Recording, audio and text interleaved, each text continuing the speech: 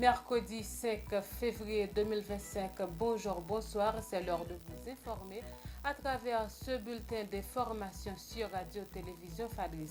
Le taux de référence calculé par la BRH pour ce 5 février 2025 est de 130 goudes 20 pour $1 américain.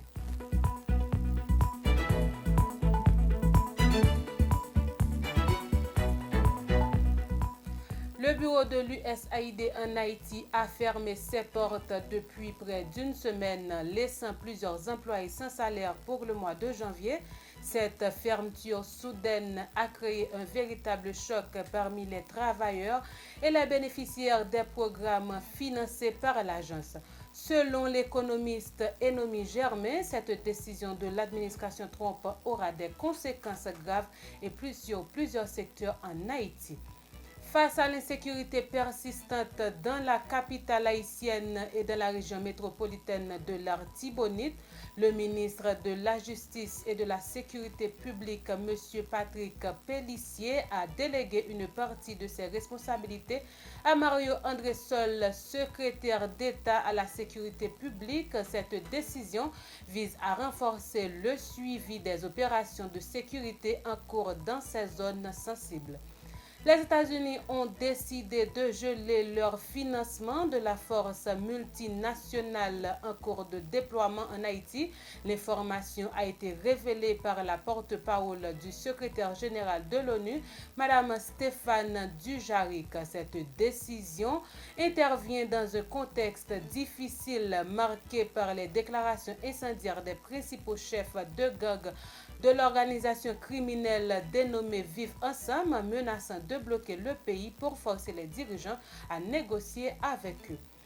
Le ministre à la condition féminine aux droits des femmes MCFDF a organisé hier mardi 4 février 2025 une cérémonie en hommage aux 215 jeunes policières de la 34e promotion de l'École nationale de police ENP sous le thème « Les femmes au cœur de la sécurité, honorons-les ».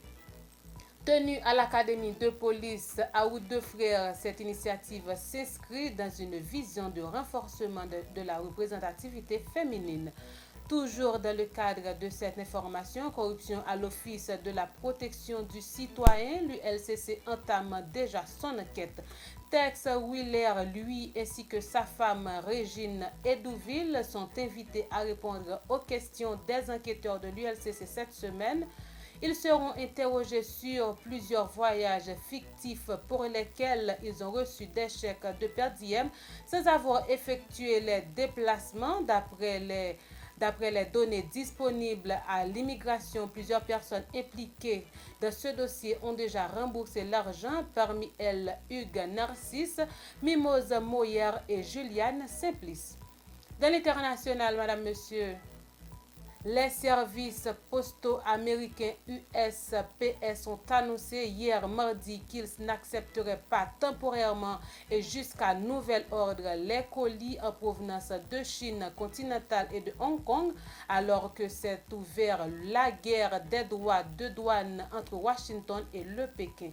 La Chine imposera à partir du 10 février des droits de douane de 15% sur les importations de charbon et de gaz naturel liquéfié GNL américain, a annoncé le ministère chinois des Finances. Des taxes douanières de 10% seront par ailleurs appliquées aux importations de pétrole américain et à d'autres catégories de bienvenance des États-Unis, machines agricoles, véhicules de sport de gros cylindres et camionnettes. Pour clore cette information, madame, monsieur, tir à l'arme lourde et combat en pleine ville, tri de blessés pour sauver ceux qui pouvaient l'être dans les hôpitaux déjà saturés et en manquant de moyens, cadavres dans le lac Kivu. Dans la rue Le Pire est donc arrivé. Le bilan, toujours provisoire, est déjà catastrophique, indique Bounena Sidi Mohamed, le directeur adjoint d'OCA en République démocratique du Congo, basé à Goma. Au moins 2000 corps ont déjà été enterrés par les communautés selon les chiffres de l'OMS. Ici prend fin ce bulletin d'information. Madame, monsieur, pour la présentation, c'était Muriel Forcy au micro. Au revoir.